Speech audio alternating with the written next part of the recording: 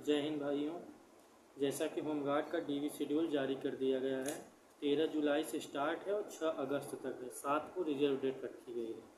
तो हम जब ग्राउंड जाते हैं तो हमारे बहुत से भाई बहन मिलते हैं जिनकी ये क्वेरी रहती है कि निवास हमारा पुराना है, जात हमारा पुराना है, आय हमारा पुराना है, क्या करें, एप्लीकेशन फॉर्म नहीं है। तो इन सब चीज़ों से रिलेटेड हमारा 60,244 भर्ती में फाइनल मेरिट से बाहर हुए थे।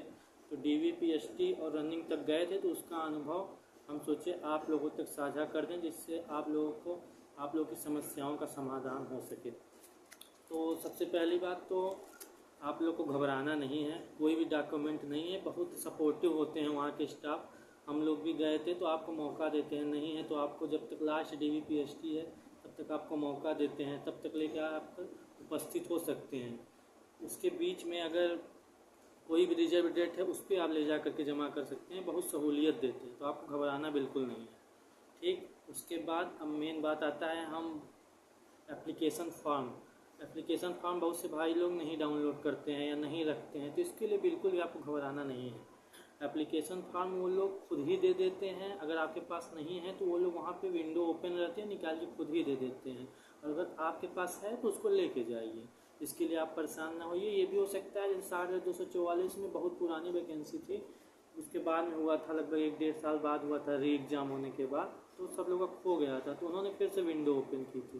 तो हो सकता है इसमें भी ओपन कर दें, नहीं करते हैं तो आपको घबराने की ज़रूरत नहीं है।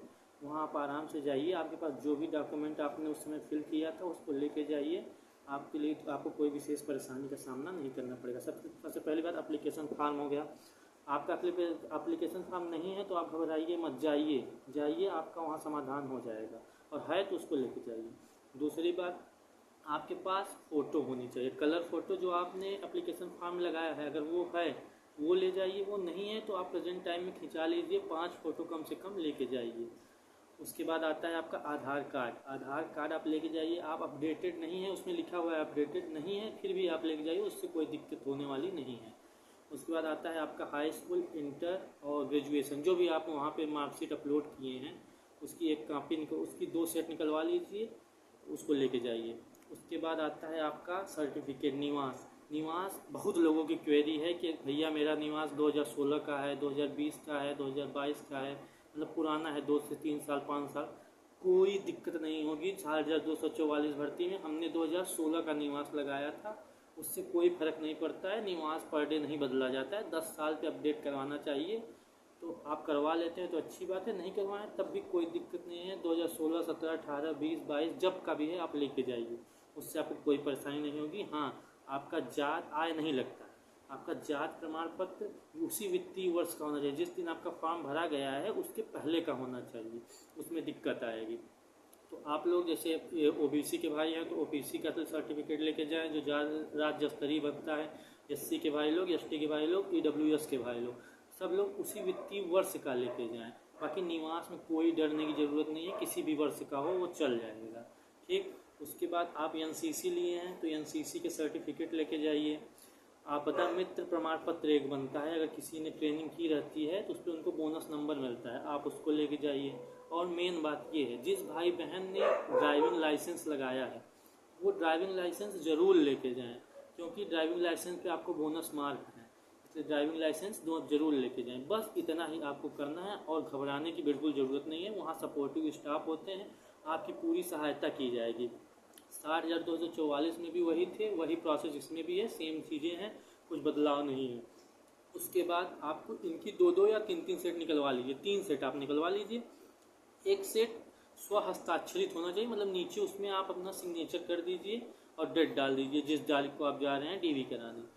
उसके बाद एक ऐसे नॉर्मल ले जाइए, एक वैसे, एक अपने पास रखे रहिए, मान लीजिए कोई ज़रूरत वहाँ पड़ जाए तो आप यूज कर सकें। और अगर आपका कोई भी दिक्कत आपने गलत भर दिया, मान लीजिए निवास पहले का भर दिया, बाद का भर दिया, तो आप उसके लिए घबराइए ना, अपने सुविधा अनुसार आप एक एफिडेविट बनवा लीजिए और चले जाइए। वहाँ पे एफिडेविट भी नहीं मांगते हैं, नॉर्मली बस आपसे पूछेंगे कि आपका कौन सा सेक्शन गलत है। अगर आप उस तिथि से पहले, जिस दिन आप फॉर्म भरें उससे पहले का आपके पास है, तो आपकी ना कैटेगरी चेंज होगी, कुछ भी नहीं चेंज होगा, आप वैसे ही वैसे भर जाएंगे। इसके लिए आपको बिल्कुल दिक्कत नहीं होनी चाहिए। बहुत से भाइयों को मेरी क्वेरी थी तो मैं सोचा इस पर एक वीडियो बना देनी चाहिए। शाम के टाइम जब हम लोग रनिंग जा रहे हैं तो बहुत से लोगों, जैसे होमगार्ड की वैकेंसी है तो बताने में बहुत हिचकिचाते हैं। भाई बिल्कुल हिचकिचाने की ज़रूरत नहीं है।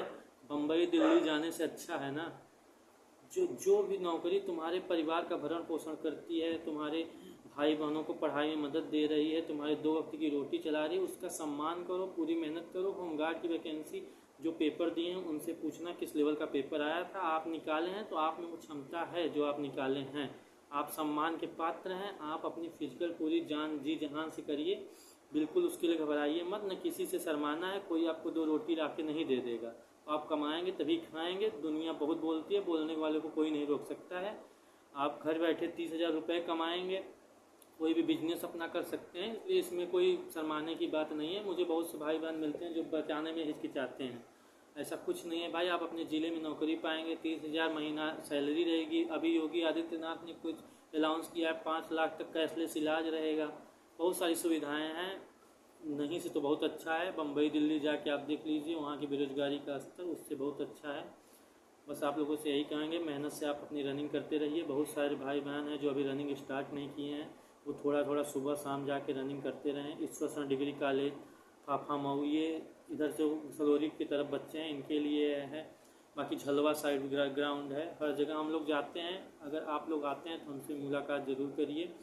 आप लोग और भी जो दिक्कतें हैं कमेंट में बताइए, तो उस पर हम वीडियो बनाएंगे। हमारे अनुभव से अगर आपको कुछ लाभ होता है तो हमारे लिए बहुत अच्छी बात है, आपके लिए भी अच्छी बात है।